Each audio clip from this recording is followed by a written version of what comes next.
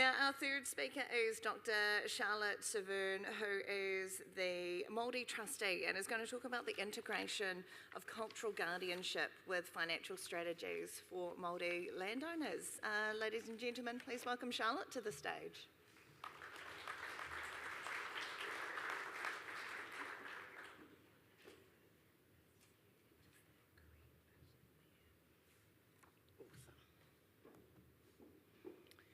He tātai whetū ki te rangi, he tātai tangata ki te whenua. He tātai whakapapa ki muri, he tātai whakapapa ki mua. He tātai hononga no te whenua, mo te whenua e kore e ngaro, tihei Māori ora. Charlotte Severne hau no tūwhare tō me waimana anō hoki, ko au te kaitia ki Māori. That small mihi, I will translate it, but I'm expecting that you're all going to know it off by heart next year. We talk about the lineage of the stars that we see above and the people that gaze upon them.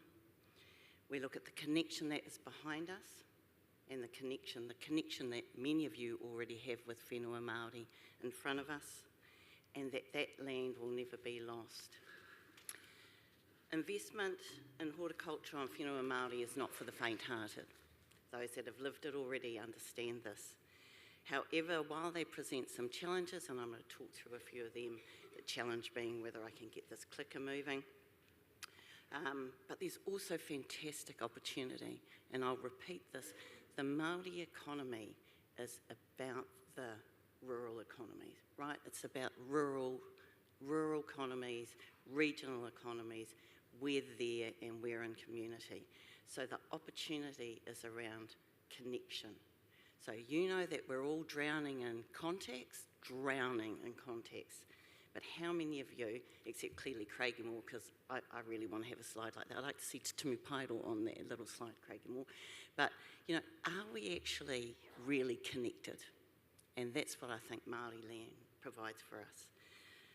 Let's go. Let's not talk about the Māori Trustee. Okay, so whenua Māori, actually can I go back one please? No, can I go forward one? Okay, here's some realities, right? Māori land makes up 5.47% of our terrestrial land mass. That's 1.4 million hectares, which is jack all of our land mass. It is a very precious piece of land for us. This is Māori freehold land, 5.4% of our terrestrial land mass. Most of it sits in land use class 6, 7 and 8. That's not to say we don't have some beautiful big stations. We've got Alan Hardunga here, beautiful stations, big ahu whenua trusts that we showcase every year, and we'll be announcing that tonight.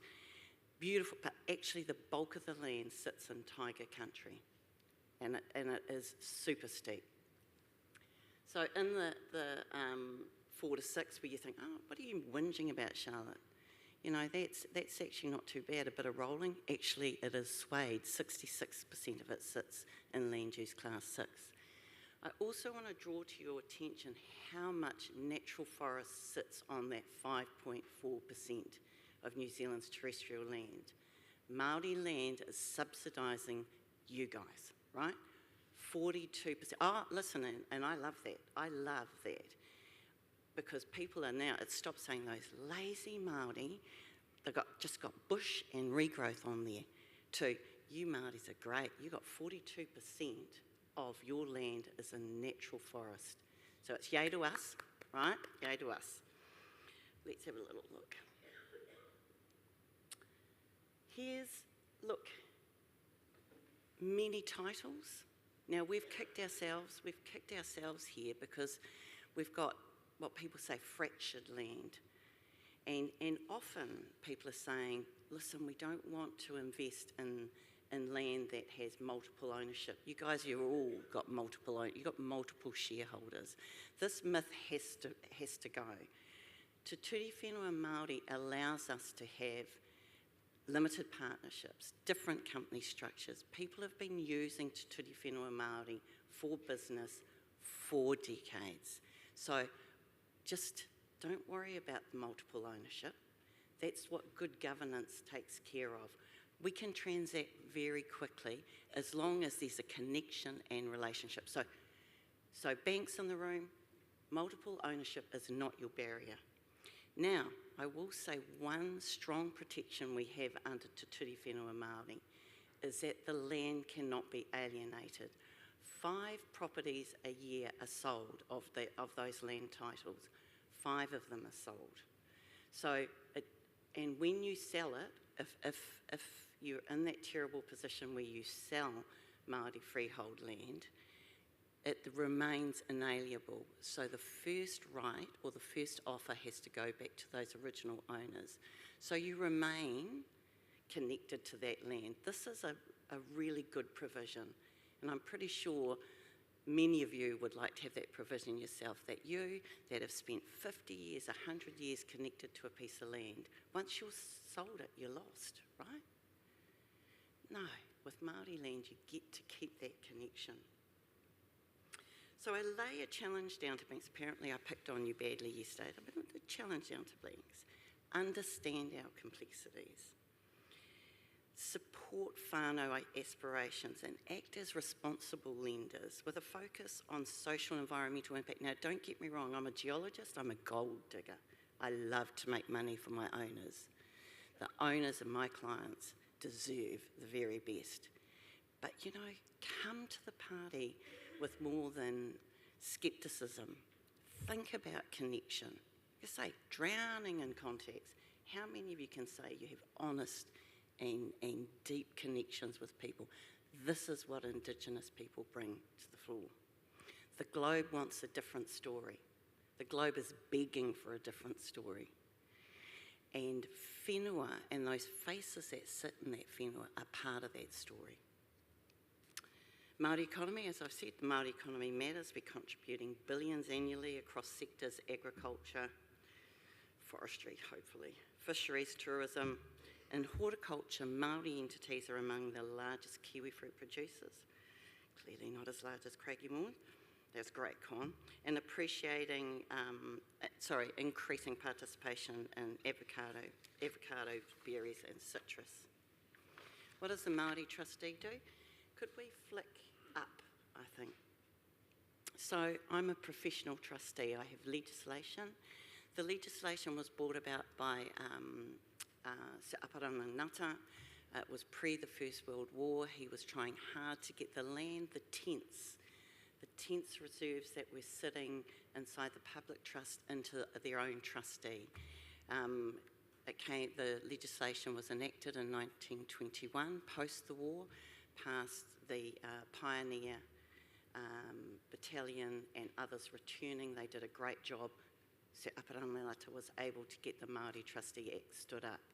The first Māori trustee was Judge Rawson, a meticulous administrator, absolutely meticulous administrator. His first employee was Sir Maui Pomari in the Office of the Native Trustee. I talk about meticulous administration because that's part of the challenge with whenua Māori. Is there's a lot, we stand up, we get a general manager, we get an accountant and a lawyer, and we come and we spend thousands of dollars on audit and thousands of dollars on what our trust orders to do. But diligence, care and skill is required to make these things hum. They are costly beasts. So often when it comes to investment, there is no money in the bank for the pre-feasibility study. And we saw that flow through from Kenny.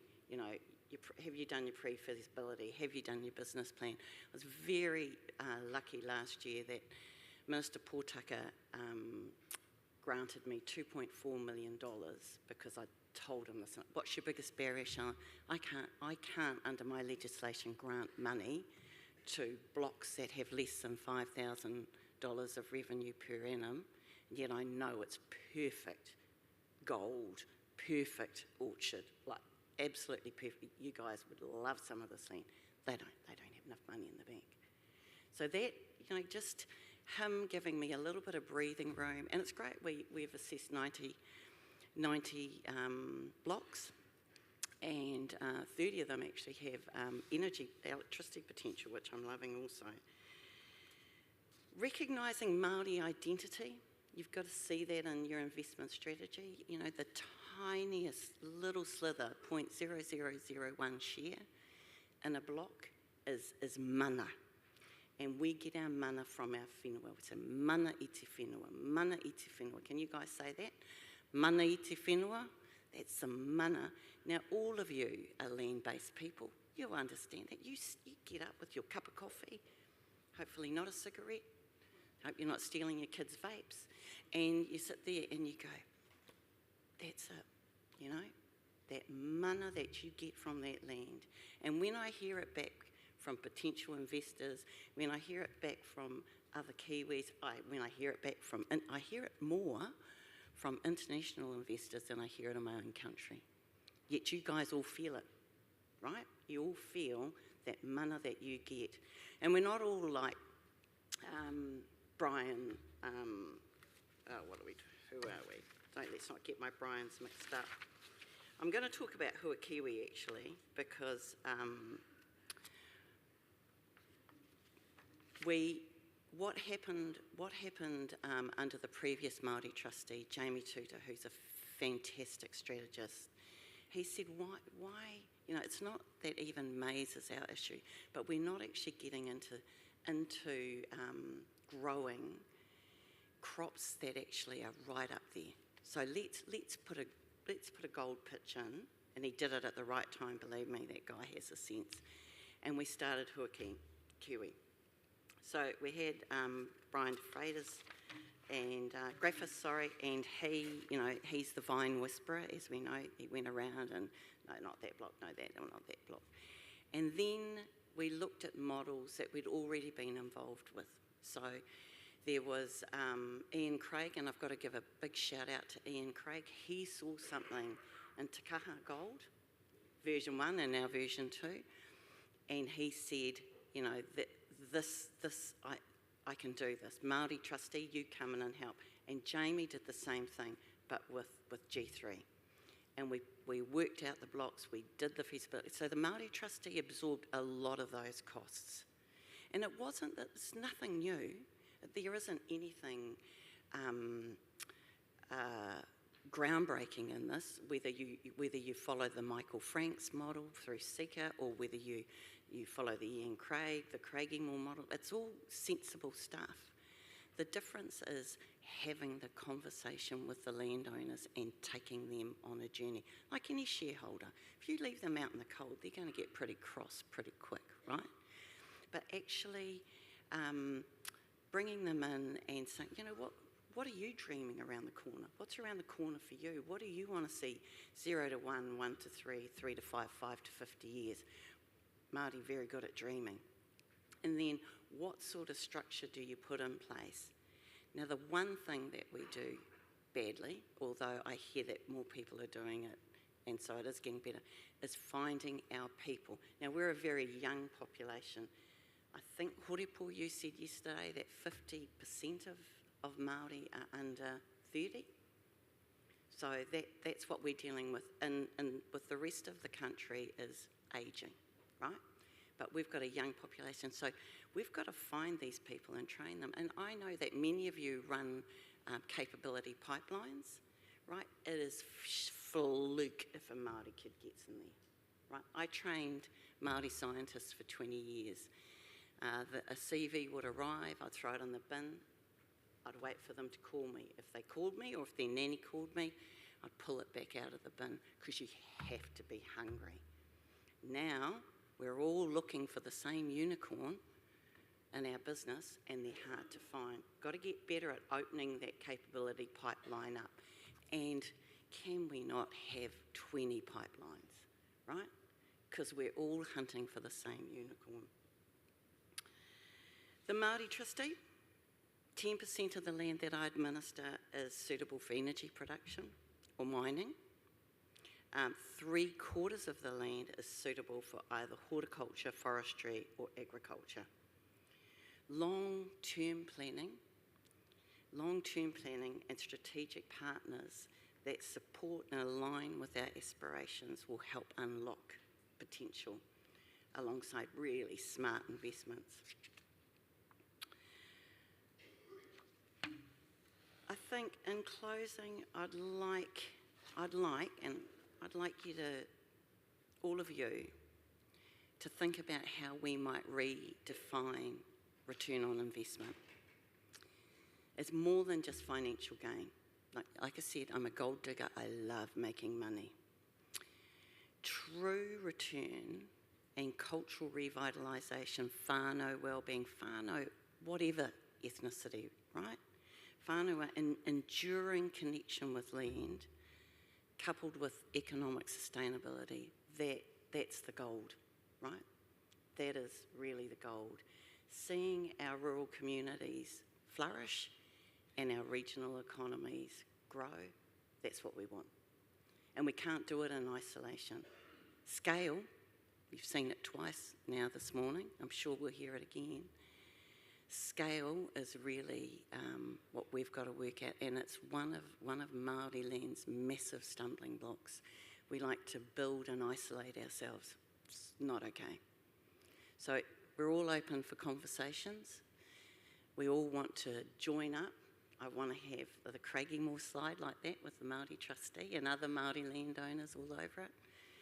And more importantly, I want to have a series of conversations with as many of you in the room as possible. Nō reira, tēnā koutou, tēnā koutou, tēnā rā tātou katoa.